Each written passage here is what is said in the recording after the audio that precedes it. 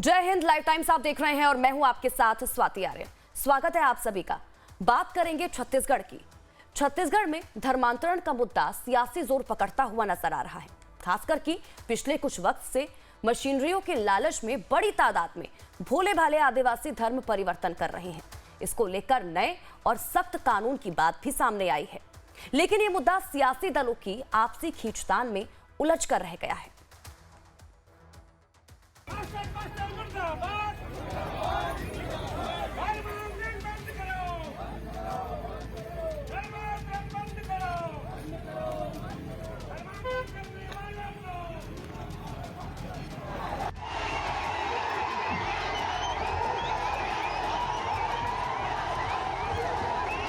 भवन में है, आप यीशु के भक्त नहीं है। आपका क्या काम है? आप यीशु के भक्त हो तो आइए। छत्तीसगढ़ में फैलता धर्मांतरण का जाल। धर्मांतरण की साजिश पर नारायणपुर में बवाल। रंगे हाथों पकड़े गए मिशनरी के कार्यकर्ता। लाल आतंक से मुक्त हो रहे छत्तीसगढ़ के कई इलाके इन दिनों धर्मांतरण की साजिश की आग में जल रहे हैं। कहीं पैसे तो कहीं सुविधा और कहीं बेहतर जिंदगी का लालच इन भोले भाले आदिवासियों को इनकी जड़ों से दूर कर रहा है। बहुत बड़े पैमाने पर यह साजिश रची जा रही है, लेकिन जहां भी इनका भेद खुल रहा है वहां विरोध की आवाज भी जमकर बुलंद हो रही है। इसकी एक बानगी छत्तीसगढ़ के नारायणपुर में देखने को मिली, जहां लंबे वक्त से बिना किसी रोक टोक के और बिना किसी की नजर में आए धर्मांतरण का खेल चलता रहा। लेकिन जब अचानक यहां धर्मांतरण के मामले तेजी से सामने आने लगे तो कई लोगों की नजरों में ये खटका। लोगों ने नोटिस किया कि दूर दराज के गांवों में चर्च बनाए जा रहे हैं, प्रार्थना सभा का आयोजन हो रहा है और अंदरूनी गांवों के लोगों को बरगलाया फुसलाया जा रहा है।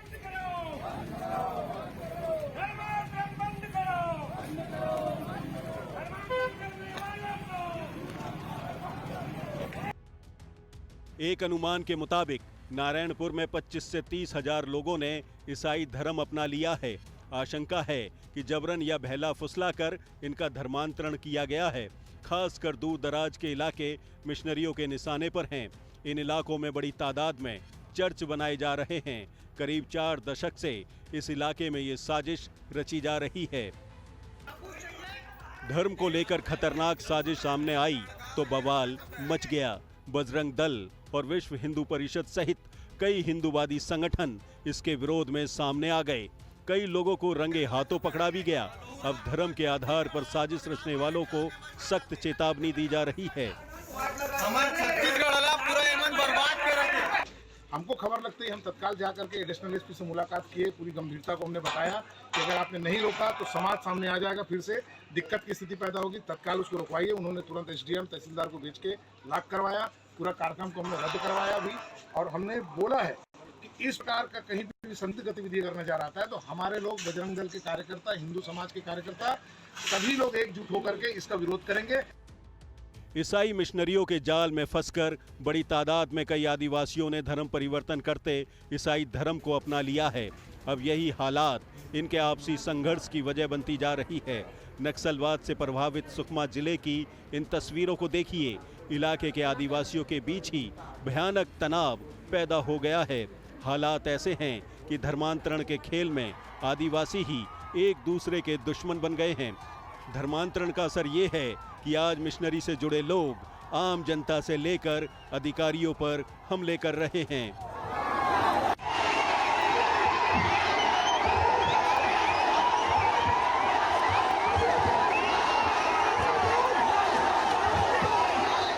आदिवासियों को समझाने बुझाने के साथ उनकी हिंदू धर्म में वापसी की भी कोशिश की जा रही है। इसकी शुरुआत समाज के अंदरूनी बैठकों से हुई, जिसकी मदद से एक खास समुदाय में जाने वाले कुछ लोगों की घर वापसी कराई गई। लोगों को समझाया गया कि जबरन धर्मांतरण ना उनके हित में है और ना ही समाज के फायदे में। इसका असर भी दिखा। कुछ लोगों ने अपने धर्म में वापसी भी की। हालांकि इक्के दुक्के मामलों को छोड़कर ये तरीका बहुत ज्यादा सफल नहीं हो सका। एक और कुर्सी ला ले ला ला। बालोद में तो मामला इतना बड़ा कि इसकी वजह से एक शख्स को जान से हाथ धोना पड़ा। दरअसल यहां धर्मांतरण के दबाव की वजह से एक युवक सूरज देवगन ने खुदकुशी कर ली। आरोप किसी और पर नहीं बल्कि उसकी पत्नी और सास ससुर पर लगा। मामला अर्जुदा इलाके का है, जहां थाना क्षेत्र का है, जहां का रहने वाला सूरज देवांगन धर्मांतरण के लिए बार बार मजबूर किया जा रहा था, लेकिन वो ये दबाव सहन नहीं कर पाया और फांसी के फंदे से लटक कर जान दे दी। दुनिया को अलविदा करने से पहले उसने अपने दर्द को कमरे की दीवारों पर बयां कर दिया। इस मामले में बीएचपी ने दोषियों पर सख्त कार्रवाई की मांग करते हुए आंदोलन की चेतावनी दी है। विश्व हिंदू परिषद का आरोप है कि जिला प्रशासन धर्मांतरण के मुद्दे को गंभीरता से नहीं लेता, जिसकी वजह से इस तरह के वाकये सामने आते हैं। वहीं प्रशासन का क्या कहना है, आप भी देख लीजिए। ऐसे सामने से हटिया, वो लिखा उसको पढ़ रही हूँ। हाँ जी, मैं उसको पढ़ने दो ना। जी पढ़। और संचालक कौन है? संचालक को बुलाइए। पढ़ रही हूँ। संचालक कौन है? संचालक धर्मांतरण जैसा मामला अभी पुलिस तक संज्ञान में नहीं आया है। उसकी पत्नी के द्वारा, मृतक के पत्नी के द्वारा थाने में एक लिखित आवेदन दिया गया था कि उसके पति के द्वारा विगत 1.5 वर्षों से उसे शराब पीकर मारपीट करता है और वो चूँकि प्रभु यीशु में आस्था रखती है, उस बात को लेकर भी उसके साथ लड़ाई झगड़ा करता है। इसके साथ ही मृतक के द्वारा उसकी पत्नी के माँ बाप से पैसे लेने की बात पर भी गाली गलौज करने की बात उसके द्वारा शिकायत में दिया गया था और उसके द्वारा यह भी लेख किया गया है कि उसके पति द्वारा मरने की धमकी बार बार दिया जा रहा है, जिसके कारण वह अपने पति के साथ नहीं रहना चाहती है। इस अपराध के खिलाफ देश के कई राज्य काफी सख्त हो गए हैं। इन्होंने अपने अपने राज्यों में धर्मांतरण को लेकर कई सख्त कानून बनाए हैं। इसको लेकर सबसे पहले ओडिशा में कानून बनाया गया था। इस तरह के वाकये को रोकने के लिए छत्तीसगढ़ में भी बीजेपी ने नए कानून की बात कही है। छत्तीसगढ़ के मुख्यमंत्री विष्णुदेव साय सरकार के 11 महीने में धर्मांतरण के मुद्दे पर 13 एफआईआर हो चुकी हैं। इनमें 4 मामले अकेले नवंबर महीने में ही सामने आए। धर्मांतरण कराने वाले परेशानी दूर करने और धन का लालच दे रहे हैं। खास बात यह है कि इससे पहले भी भूपेश बघेल सरकार में 5 साल के कार्यकाल में इस तरह के मामलों में महज 10 एफआईआर दर्ज हुई थीं। जब हमने धर्मांतरण पर छत्तीसगढ़ के जमीनी हालात जानने की कोशिश की तो तहकीकात के दौरान कई चौंकाने वाली जानकारी सामने आई। लाइव टाइम्स की टीम ने छत्तीसगढ़ के मुख्यमंत्री विष्णुदेव साय के क्षेत्र कुनकुरी जशापुर क्षेत्र का दौरा किया। यहाँ के वो लोग जो धर्मांतरण कर ईसाई बन गए थे, लेकिन बाद में वे हिंदू धर्म में वापस आ गए। उन्होंने हमारे कैमरे के सामने अपनी पूरी आप बीती बताई।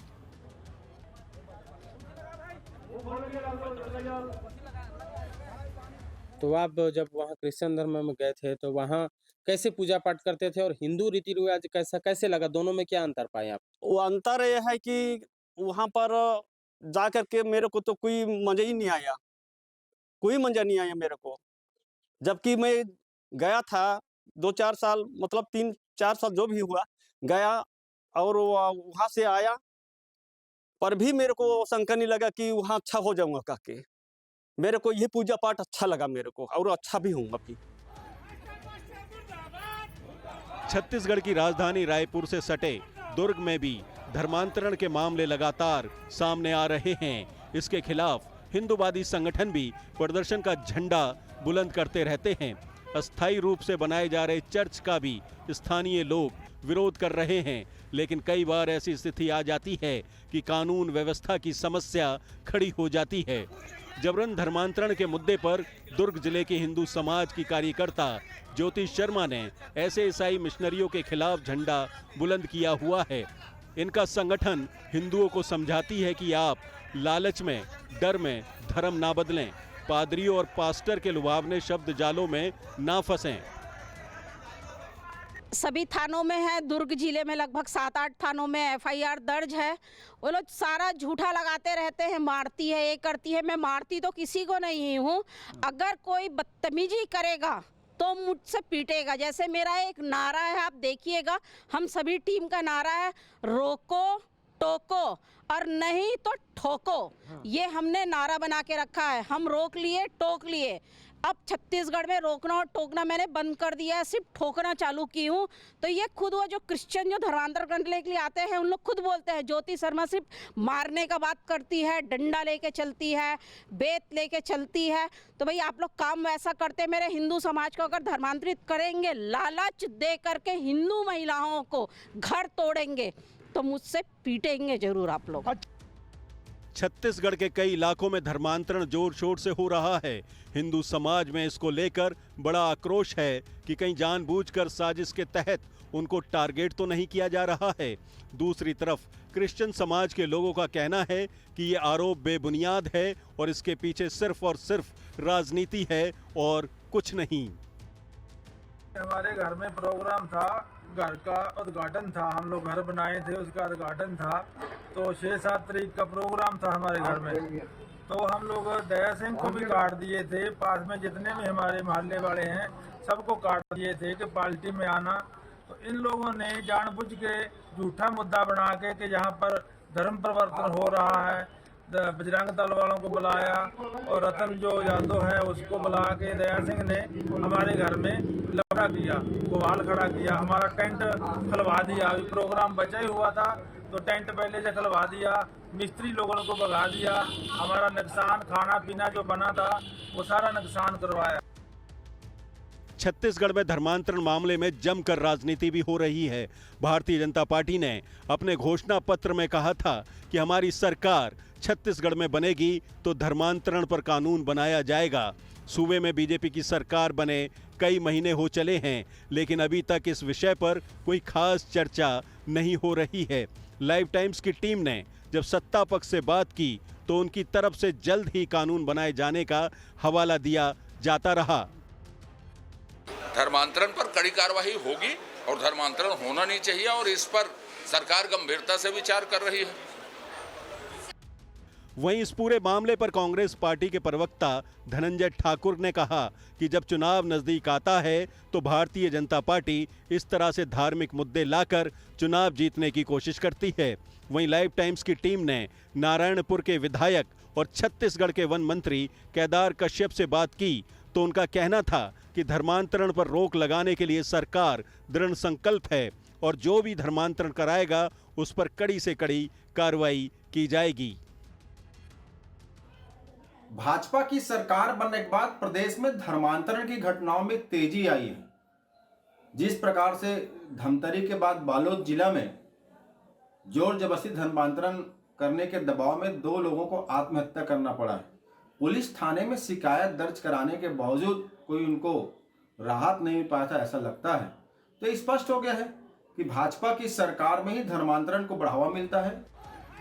भारतीय संविधान किसी को धर्म अपनाने, उसमें आस्था जताने और प्रचार करने की अनुमति तो देता है, लेकिन ये लालच और दबाव बनाकर धर्म परिवर्तन कराने की अनुमति नहीं देता। धर्मांतरण कराना एक गंभीर अपराध है जिस पर बेशक सख्ती की जानी चाहिए, लेकिन राजनीतिक दलों के बीच ये महज एक सियासी मुद्दा बनकर रह गया है।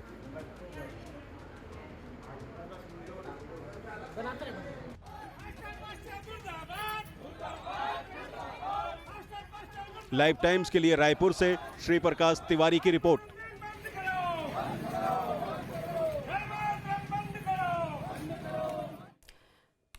तो छत्तीसगढ़ से रिपोर्ट हम आपको दिखा रहे थे कि किस तरह से छत्तीसगढ़ में धर्मांतरण के जो मामले हैं वो लगातार सामने निकल कर आ रहे हैं और उस पर राजनीति भी लगातार हो रही है। इसी को लेकर रायपुर से हमारे संवाददाता श्री प्रकाश तिवारी हमारे साथ लाइव जुड़ चुके हैं। ग्राउंड जीरो से सीधा रुख श्री प्रकाश तिवारी का करेंगे और जानकारी लेंगे। श्री प्रकाश जी, इस पूरे मुद्दे को लेकर जो राजनीति हो रही है उस पर तो मैं आऊंगी, लेकिन सबसे पहले ये बताइए, क्योंकि चाहे हम नारायणपुर की बात करें, बालोद की बात करें, इन तमाम जगहों से धर्मांतरण के तमाम जो मामले निकलकर सामने आ रहे हैं, ये जो नेटवर्क है ये कहां तक फैला हुआ है छत्तीसगढ़ में? सबसे पहले तो ये बताइए, क्योंकि एफआईआर कई इसको लेकर की जा रही है, साथ ही साथ आरोप ये भी लगाया जा रहा है कि प्रशासन इस पर कोई संज्ञान नहीं लेता है। हाँ, देखिए, आपको बता दें कि जिस तरह से पूरे छत्तीसगढ़ में धर्मांतरण के मामले बढ़े हैं, निश्चित तौर पर यह चिंता का विषय है। और लगातार जो वनांचल का क्षेत्र है, चाहे वो नारायणपुर हो, बस्तर का क्षेत्र हो, बालोद हो, जो रूरल एरिया है, आपको बता दें कि उन जगहों पर ये मिशनरी के लोग टारगेट करते हैं। ऐसे लोगों को टारगेट करते हैं जो परेशानी में होते हैं या गरीबी में होते हैं, जिनको पैसे की लालच दिया जाए, या किसी के घर में कोई बीमारी है या कोई बीमार है तो ऐसे लोगों को ये टारगेट करते हैं, उनको ये बताते हैं कि हम तुम्हारे लिए प्रार्थना करेंगे, ठीक हो जाओगे, या हम तुम्हें जल देंगे, उसको पिलाओगे, ठीक हो। इस तरह के गांव में भ्रामक तरीके से लोगों को लुभाते हैं। लुभाने के बाद उनको जो है थोड़ी बहुत पैसे की हेल्प करके उसके बाद उनको जो है ये अपने धर्म में लाते हैं। इसमें सबसे बड़ी बात है, इनका निशाना जो होता है, मिशनरियों का निशाना जो होता है, महिलाएं होती है, महिलाओं को टारगेट करते हैं। जिन महिलाओं के यहाँ अगर पतियों से अनबन है तो ऐसे लोगों को ये टारगेट करते हैं, या तो पति को टारगेट करेंगे या पत्नी को, उनको अपने धर्म में लाएंगे, फिर उनके द्वारा मोहल्ले में प्रचार करवाएंगे, ऐसे लोगों से ये टारगेट करते हैं। ऐसे ही सिलसिला इनका जो है वनांचल क्षेत्रों में, जो बस्तर का क्षेत्र है, सरगुजा का क्षेत्र है, इन तमाम क्षेत्रों में ऐसे ही काम करते हैं। सबसे बड़ी बात मैं अपने दर्शकों को बता दूं कि जो मिशनरी के लोग हैं वो लगातार जंगलों के जो एरिया है उन तमाम क्षेत्रों पर जैसे एक मार्केटिंग का सिस्टम होता है कि किसके घर में कितने लोग हैं, कितने बच्चे हैं, कौन सा परिवार में क्या है, किस स्थिति है, इनके पास पूरा रिकॉर्ड होता है और इस रिकॉर्ड के तहत इनके लोग टारगेट करते हैं किस व्यक्ति को टारगेट करें तो ये व्यक्ति हमारे समाज में जुड़ जाएगा, हमारे यहाँ जुड़ जाएगा। फिर ये अस्थायी चर्च बनाते हैं, वहां पर पूजा पाठ के नाम से लोगों को बुलाते हैं, उसके बाद जो है उनका माइंड वॉश करते हैं। तो निश्चित तौर पर जो पैसे की जरूरत होती है, इस पैसे की भी बात करते हैं। ऐसे करके लगातार ये आदिवासी क्षेत्रों में आदिवासियों का धर्म तो यानी कि जिनके घरों की आर्थिक स्थिति ठीक नहीं है, जो गरीब परिवार के लोग हैं, उनको ये लोग टारगेट कर रहे हैं, धर्म परिवर्तन उनसे कराया जाता है। श्री प्रकाश तिवारी लगातार ग्राउंड जीरो से हमारे साथ बने हुए हैं, इस खबर पर हमारी नजर बनी हुई है। लाइफ टाइम्स पर खबरों का सिलसिला लगातार जारी है, जल्द हाजिर होते हैं। तो बात हम छत्तीसगढ़ की कर रहे हैं, जहां पर धर्मांतरण के जो मुद्दे हैं, जो मामले हैं, लगातार सामने निकल कर आ रहे हैं। एक तरफ इस पर राजनीति भी की जा रही है। इसी को लेकर हमारे जो रिपोर्टर हैं श्री प्रकाश तिवारी भी हमारे साथ लगातार लाइव बने हुए हैं। एक बार फिर से उनका रुख कर लेते हैं। श्री प्रकाश, हम लोगों को भी सुन रहे थे और वीएचपी की तरफ से जो बयान दिया गया, उनकी तरफ से कहा गया कि जब इस तरह के मामले सामने आते हैं और लोग जब एफआईआर के लिए प्रशासन के पास पहुंचते हैं तो प्रशासन की तरफ से भी इन पर कोई गंभीरता नहीं दिखाई जाती है। अब क्योंकि एक मामला हम सुन रहे थे बालोद से, जहां पर पुलिस प्रशासन की तरफ से तो इस पूरे मामले को पलट दिया गया। उन्होंने कहा कि धर्मांतरण का तो कोई मामला आया ही नहीं है। देखिए, आपको बता दें कि सबसे बड़ी बात है कि जो हमने अपने स्टोरी के दौरान हमने लोगों के पास गए, जो मिशनरी के कुछ लोग हैं उनके पास भी गए, तो देखो सबसे बड़ी बात है कि इसको लेकर कोई कानून तो छत्तीसगढ़ में है नहीं। ये प्रार्थना करना और किसी धर्म के प्रति आप आस्था रखना, इससे कोई बुराई नहीं है। लेकिन सबसे बड़ी बात ये होती है कि जो लोगों को जबरन या पैसे के लालच दे के यहाँ पर लाया जाता है, वो एक बड़ी गंभीर समस्या है, वही एक अपराध है। ऐसे मामलों में क्या होता है कि राजनीति बहुत तेजी से होने लगती है। छत्तीसगढ़ का जो वनांचल क्षेत्र है वहां पर नेतागिरी भी शुरू हो जाती है, नेता सामने आ जाते हैं दोनों पार्टियों के। कहीं न कहीं देखा जाए तो एक पक्ष बचाने में लगता है और एक पक्ष जो है उनको इस तरह करता है। लेकिन ये खुला खेल है। आपको हम बता दें, दर्शकों को बताना चाहेंगे कि जिस तरह से चाहे वो झारखंड का बॉर्डर छत्तीसगढ़ से लगा हो, उड़ीसा का बॉर्डर और महाराष्ट्र का बॉर्डर, इन तमाम क्षेत्रों में अगर आप जाएंगे तो वहां एक भी आदिवासी अब नहीं बचा है, वो सब क्रिश्चियन हो चुके हैं, क्योंकि वहां उनका इतनी तेजी से ब्रेन वॉश किया गया है और उनको इस धर्म में लाया गया है। उनके जो आदिवासी हैं, जो अभी बचे हैं, जो धर्म नहीं अपनाए हैं, उनके साथ ये सबसे बड़ी समस्या होती है कि एक भाई जो है क्रिश्चियन धर्म अपना लिया है, दूसरा भाई जो है वो हिंदू है। अब ऐसे में दोनों भाई आमने सामने हो गए, कई बार खूनी संघर्ष हुआ है। ऐसे ही नारायणपुर में 1 साल पहले हुआ था, खूनी संघर्ष हुआ था। दो आदिवासी को एक खून के प्यासे हो गए थे, दोनों में मारपीट हुई, कई लोग घायल हुए, लगभग उसमें एक व्यक्ति की जान भी गई थी, ऐसी खबर थी। लेकिन देखा जाए तो जिस तरह से ये आग लगाई गई है मिशनरियों की तरफ से, अगर इस पे कड़ा एक्शन नहीं लिया गया तो पूरे छत्तीसगढ़ में एक बड़ा बुरा माहौल इस समय बन रहा है। तो निश्चित तौर पर सरकार पे इस पे कदम उठाना चाहिए। हालांकि भारतीय जनता श्री प्रकाश जी, क्योंकि अभी तो हम देख रहे थे कि 20 से 25 से 30 हजार ऐसे लोग हैं इन इलाकों में जिनकी तरफ से धर्म परिवर्तन कर लिया गया है। लेकिन अगर हम जमीनी हकीकत तो देखें, क्योंकि अगर हम तमाम जगहों पर जाएंगे तो ये आंकड़ा तो और भी ज्यादा निकलेगा। निश्चित तौर पर यह आंकड़ा ज्यादा है। जो वनांचल क्षेत्र हैं, जो नक्सली क्षेत्र है, उन क्षेत्रों में आंकड़ा ज्यादा निकलेगा। और जब अगर बात करें, अगर सरकारी आंकड़ों की बात करें तो छत्तीसगढ़ में क्रिश्चियन समुदाय के लोग 1.5% है, लेकिन अगर सही देखा जाए तो अब उनकी संख्या 5 से 6% हो गई है। लगातार जो है कन्वर्जन का काम बहुत तेजी से चल रहा है। हालांकि भारतीय जनता पार्टी ने अपने चुनावी कैंपेनिंग में कहा था कि हमारी सरकार आएगी तो हम इस पे एक कड़ा कानून बनाएंगे, धर्मांतरण के लिए कानून बनाएंगे, लेकिन अब चुनाव बीत गया, सारी चीजें होंगे, अभी तक ऐसा कुछ नहीं है। कांग्रेस आरोप लगा रही है कि बीजेपी के शासन में धर्मांतरण सबसे तेजी से हो रहे हैं, वही बीजेपी कहती है कांग्रेस समय, लेकिन इन सब के बीच उन बेचारे गरीब जो हैं, जिनको लुभा के उनके मूल धर्म से दूसरे धर्म में लाया जा रहा है, एक पश्चिमी सभ्यता में जोड़ा जा रहा है, तो निश्चित तौर पर एक बड़ा खतरा है। ये पूरे देश के लिए बता रहे हैं। छत्तीसगढ़ के आधा ज्यादा जो वनांचल क्षेत्र है, उन क्षेत्रों में कन्वर्जन का काम बहुत तेजी से सवाल यही है श्री प्रकाश जी कि सरकार की तरफ से तो ये बोल दिया गया कि हमारी सरकार आएगी तो हम कानून लाएंगे, लेकिन वो कानून आएगा कब? क्योंकि अभी तो कुछ ही हिंदू संगठन है जो सड़कों पर उतरे प्रदर्शन कर रहे हैं इसको लेकर। किसका इंतजार सरकार कर रही है? बहुत बहुत शुक्रिया श्री प्रकाश जी हमारे साथ जुड़ने के लिए, तमाम जानकारी के लिए।